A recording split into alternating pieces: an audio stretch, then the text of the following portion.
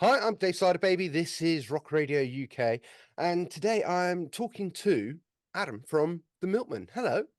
All right, Dave. Hello. Hi. You're looking well. You're looking chilled and relaxed this early in the morning. I've been up I was up very early this morning taking my daughter to she's gone to Sicily. So she took a 3 a.m. flight. So there you go. You've had a hell of a day already then. I have, yeah, I've been up for ages. The Milkman. I was sent your album the other day to review, and I thought, well, let's get a little interview under the belt as well. Um, I know next to nothing about you guys, so just tell me where it all started. Oh, well, I mean that's kind of a big old question because the lead singer Jamie is we've been friends since we were 11 years old.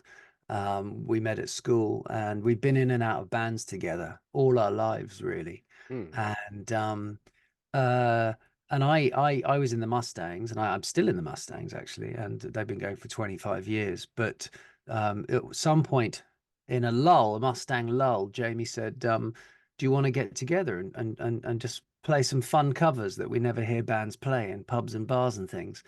And I said, well, yeah, that sounds great because, we've always loved playing with each other and writing together and stuff. And sure enough, that's what happened. We started playing together and then it just we started writing together again and Yeah. then we thought, well, this is developing into something else.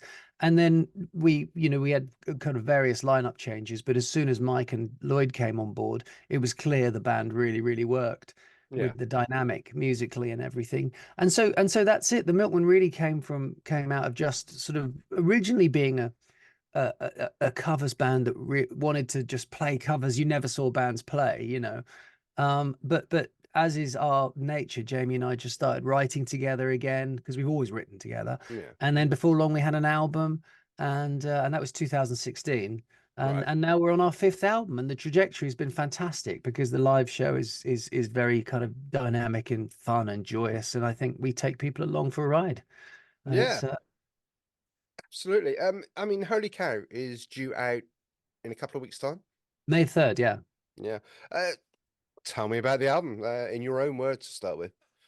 Well, like I say, it's our fifth album, and we I think progressively with the sound we've been chiseling away at trying to sort of hone it down to the sound we really, really hear in our heads. Because it's one thing to write a song and play it live; it's another to get that sound on record. In many Mm. ways, that's the hardest thing to do.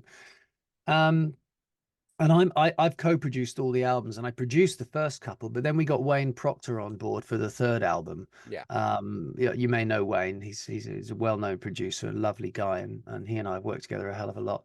And he just took the whole thing onto another level, professionally, sound-wise, and everything. So we've been working with him for the last three albums. But this is the first album where I think we really kind of nailed everything. We've got that real punchy, crisp, clean Yeah. but warm sound, and I wanted to make this album a bit leaner as well, and just trim some of the fat with backing vocals and keyboards and percussion and things like Mm. that, and really let the songs really just make the arrangement and the hooks and the songs do all the work. And the playing, and I think that's what's happened. It's a very short, sharp, crisp, fun album, I think. So we're really, really happy with it. And the feedback's been fantastic. It's the kind of album I put on, say, in a social gathering at the house, barbecue at night, a few drinks in hand, and just have it playing in the background and really enjoy it. And then you sort of like look up at one time and you see a few people like dancing along and things like that. It's got that like feel good vibe to it. I hope so. Yeah, I mean, feel good is very much kind of what we do, but I think we do have another side to ourselves. As we like to end our albums with big emotional Mm. epics, Yeah.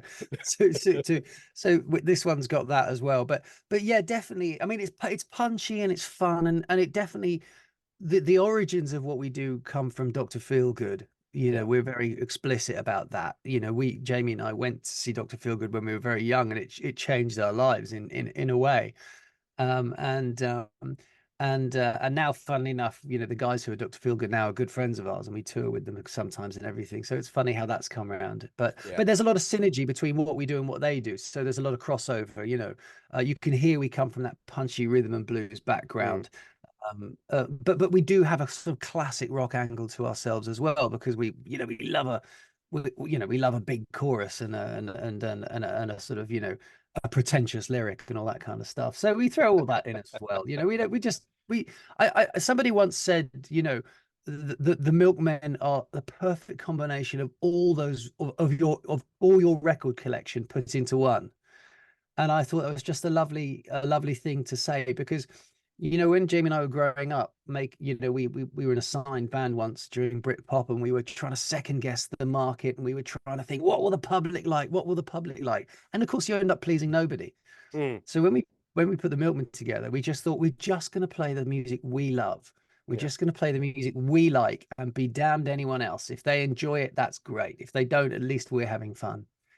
And so our albums end up sounding like our record collections, and we make no shame about that because they're original songs and we love what we do and people can really see that and hear it, I think. But yeah, we bring in just like a really broad mix of influences and just put it all in some big milky soup. You say milk. I mean, I used to be a dairy farmer, and this appeals to my sense of humor as well as my musical taste as well. So, I mean, why the milkman to start with? Well, there's that old cliche when you put a band together, you spend 5 minutes rehearsing and 5 hours thinking of the band name. Yeah. And I've been as guilty of that as anybody. So Jamie and I said, look, let's just let's just rehearse and we'll just come to a band name when we come to it. And then, one evening over a couple of beers or something, we were just firing off names to each other. And I said the Milkman. And I think it appealed to us, A, because it's really unpretentious. It's not some big kind of like, yeah, we're not called Pyramids of Giza or something like that. You know what I mean? It's not some, it's just the Milkmen.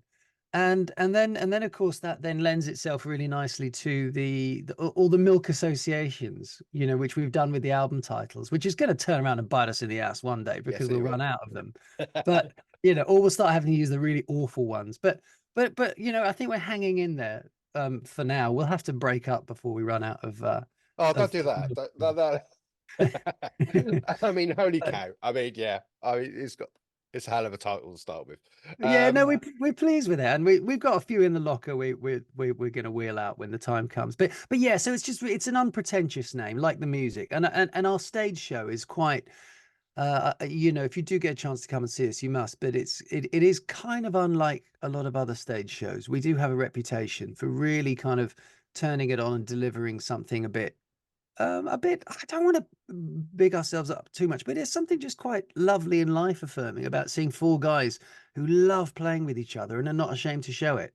mm, And really, there's a lot of energy on the stage as well. So it's the whole thing just comes together really nicely. delivering that extra point.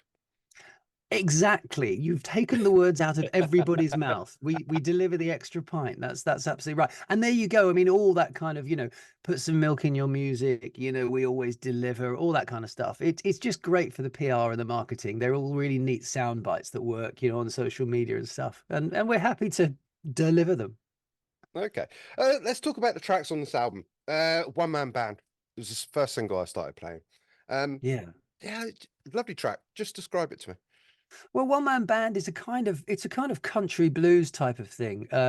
We Jamie and I just get together to write, and we sort of write in big blocks, and we just come together with the ideas we have. And I had the riff, and then Jamie, we just play around with it. Jamie starts singing over the top, and then we hit the one man band chorus part.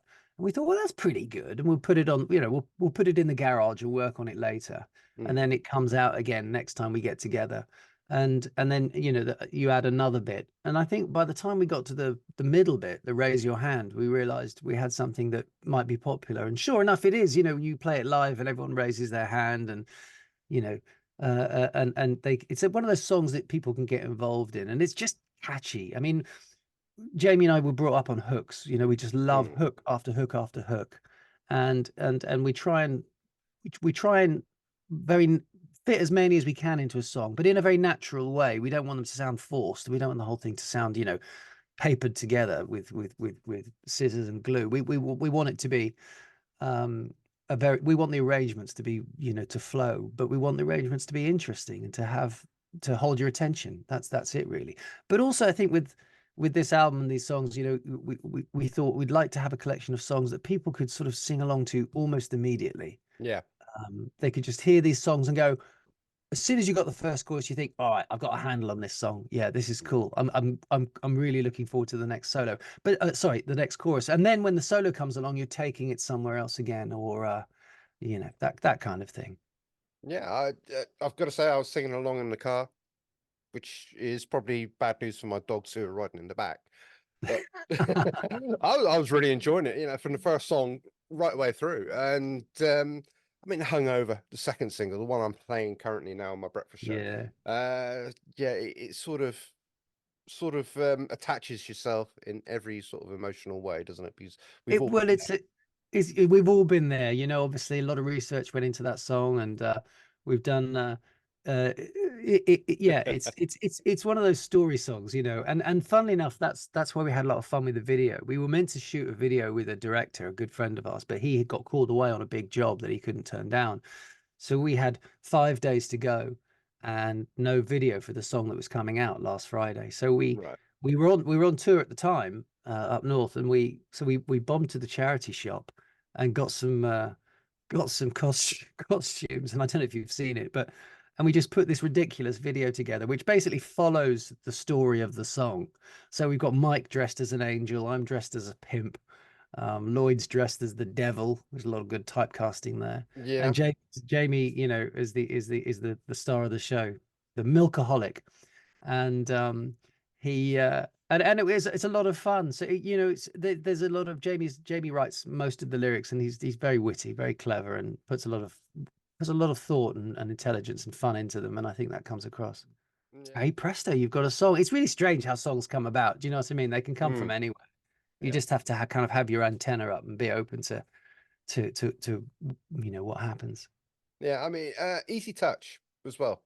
Tell me about that. E- well, Easy Touch is one of Lloyd's. Lloyd's a fine songwriter himself, and he often writes with his friend David Coleman, who co-wrote that.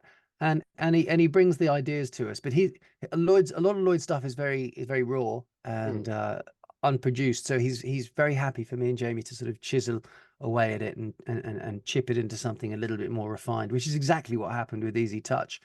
And uh and also we sort of just tweaked the lyrics a little bit to make it very specifically about this guy who is being led on by this girl, and all his mates thinks he's a bit of a yeah. bit of being a bit of a mug. But it's very Stonesy, we love the Stonesy kind of vibe about the whole thing. And that goes back to what I was saying about the record collections. Yeah. You can see a bit of Dr. Feelgood on the record. You can hear a little bit of prog on the record. There's funk on the record, and and some Stonesy stuff. And we love doing the rocky Stonesy stuff as well, because you can be pretty loose and free with it. Yeah, I mean that was exactly my feeling of the this particular song, because I sort of like heard a very late 50s, early 60s melody Yeah, song, absolutely. Yeah. with the vocals and the harmonies and whatever, and it was like, yeah, that's really going very nostalgic, but it's also bang up to date at the same time, and it was just Yeah, really and do you know, I love hearing that, and we do get that a lot. Well, people say, you just you've got new songs and you've got a great sound. Everything sounds new and fresh, but you hark back to the music I love, and we hear mm, that constantly after gigs, just going. And some people who sort of grew up with the Stones and Dr. Feelgood, and for the last 20 years they've kind of felt like, well, where's my band now? mm, Where's my band? Where's the band coming through that I want to listen to now, who give me that sense of nostalgia, but they're new and they're still playing and everything. And I like to think, and people have told me this, that we kind of fill that hole. yeah. People who grew up with all that wonderful guitar music, and all, who haven't who have sort of lost something along the way, because it's so hard to find new music now, isn't it? There's just Mm, such an avalanche of music every day.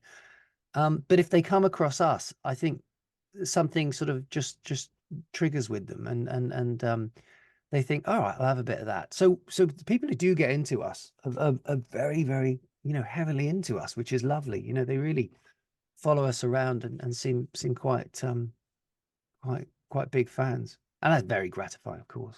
Absolutely. So if you were to pick, say, one track from this album, it was your like, this is it. This is us at the moment. What track would you Oh pick? gosh. Um, well, like, do you know, I really do love them all. I think it's our most consistent record, and I've said before, I think this is what we do, but done better than ever before. Mm, You know, on every level almost, from playing, arranging, producing. But I think probably the right track to choose in response to that is a track called "Fill Her Shoes," yeah. which is um which is written by me, Jamie, and Lloyd. So, you know, the three of us all contributed, and I think it just motors along beautifully. I think the hooks are everywhere. The playing's great. I love the solo, um, and it's one of the songs that when we put on, you know, you can see people just going, "Oh, okay, yeah, I've got the groove to this immediately," and this is really, you know, motoring. It's a good driving album, I think, and I think that's the Mm. bit, that's the one where you're just pushing the speed limit a bit, I never do but that. not going over, not going over. No, no, no. Speed awareness courses, done them. I don't need to do anymore. Yeah, you and me both. Yeah. Okay. So what's next? Well, What's in we've the got immediate future? well, the immediate future is we got the Blues Awards next Mm, Thursday, where we've been nominated for Best Band, which was really exciting, and it's just, but we're up against some amazing talent and everything, and you know, it sounds a cliche, but we are really happy just to be there. We're going to go along and have a good night and support whoever wins, but obviously if we do win, we'll be, you know, honored. And then we got Leeds the following night, Leeds Blues Club and the Bosworth Blues Festival. We've got a summer full of great festivals. We'll be playing our Alford Festival, and we're playing Upton and Cambridge. right. And Upton will be great. We're playing the Riverside stage at Upton, which I don't know if you've been, is I just have been there. beautiful. Yeah. So we're looking forward to that. So just, and we're booking way into 2026 now, which is fantastic. You know, we've some really good shows, and we've been offered.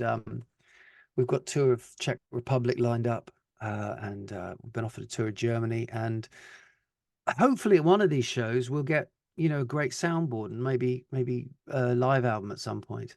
Um, That'd be cool. so so it would be cool. We'd love to do it, but it really, you know, you can't really plan a live album. You have to sort of just wait for the magic to happen, you know, uh, with the Mm. sound in the room or the venue, and then everybody, of course, you know, on the night is absolutely on it.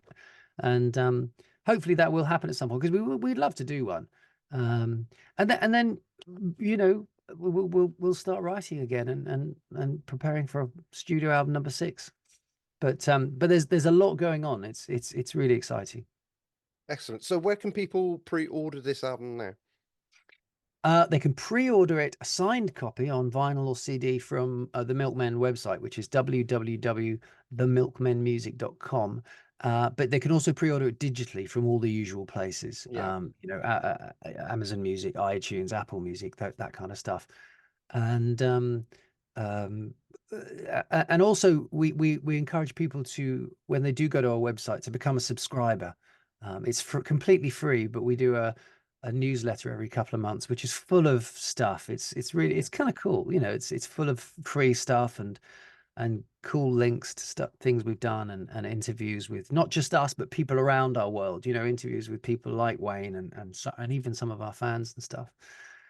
And for day to day keeping up with the band, Facebook, which is the Milkmen Rock Band on Facebook. And we're posting on there all the time, and we've got a lovely community on there now, you know, people who interact with us and you know, tell us what they think about everything, and that's the best place to keep up with everything day to day.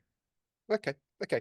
Well, I won't take up any more of your time. Thank you so much for Absolute speaking with pleasure. me Thank today. you. And I wish you all the very best with Holy Cow.